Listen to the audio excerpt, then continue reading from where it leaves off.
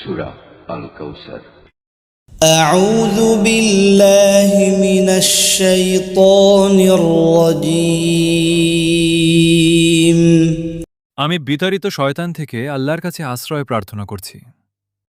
بسم الله الرحمن الرحيم পরম করুণাময় অতি দয়ালু আল্লাহর নামে শুরু করছি।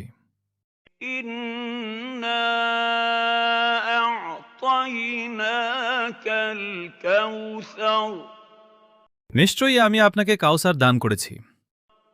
فصل لربك وانحر অতএব আপনি আপনার প্রতিপালকের উদ্দেশ্যে নামাজ আদায় করুন এবং কুরবানি করুন।